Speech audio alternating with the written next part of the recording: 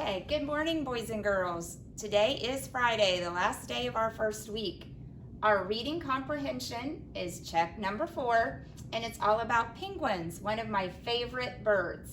This passage has headings in it, so you'll know the information you're getting ready to read about. So you have a short passage to read here about penguins, and then 4 questions to answer. I do want you to be careful on number 3. It asks for 2 ways penguins are different from most birds. So make sure that you remember to list 2. Also, you can go back and underline or highlight your answers. Okay, our next page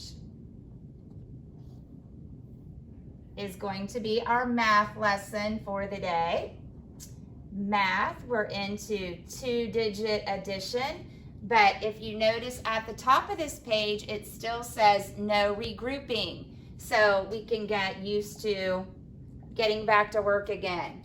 The first one is done for us. We have 87 plus 12. When you do yours, if you would like to separate your 1s and your 10s to help you, you may do that. And then go ahead and add those up. Let's look at this first one. Our answer, or the sum, was 99. We are going to take it up here.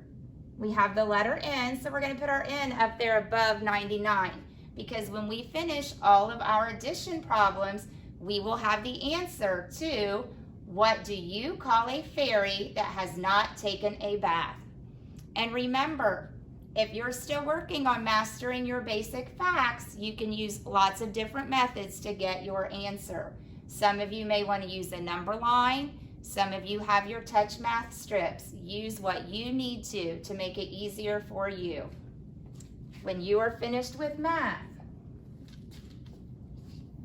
we're going to move on to our sight words, and this goes along with our spelling for this week.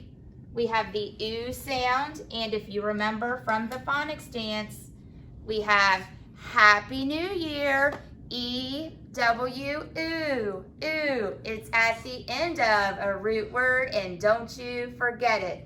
So we know that all of our words say oo at the end. And if you look here, it says you're going to figure out which word fits into the sight word boxes below. We have our tall letters, our medium, and then we do not have any that go below the line on this. So, maybe we do. One down here at the bottom. Yep, we've got one at the bottom. So let's look here. The first one, we know that it is 3 letters, and the first letter is a tall letter.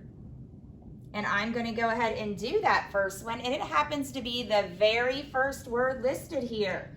EW says oo, so we know our word is few. And we're going to go ahead and write that in the box. As always, you could use your strategy of going through and doing the ones that you know first, the ones that are easier for you to figure out, because you can mark them off as you go. Next page. Ooh, we're reviewing our adverbs. The directions say, read the sentences, circle the adverbs that tell when, underline the adverbs that tell where, and draw a rectangle around the adverbs that tell how. We're going to do one sentence together. Number 1, Scott's team came in last. Okay, the first adverb, when. Is there a word in this sentence that tells me when? Scott's team came in last. There's not a when. Next, we have where. Scott's team came in last. Is there a where? If there's a where, we're going to underline it, and I think there is a where. Last. That is not a very good line. Hopefully yours will look better than mine. Last is how. Scott's team came in last. How? I don't think we have an answer to that one either. So we just had one here. And I think this might be our last page for the day. Yes, it is. Last page in the packet. So that's all for Friday. If you have any questions, make sure that you come to our 1:30 Zoom this afternoon if you can. If not, message your teachers. Have a great day.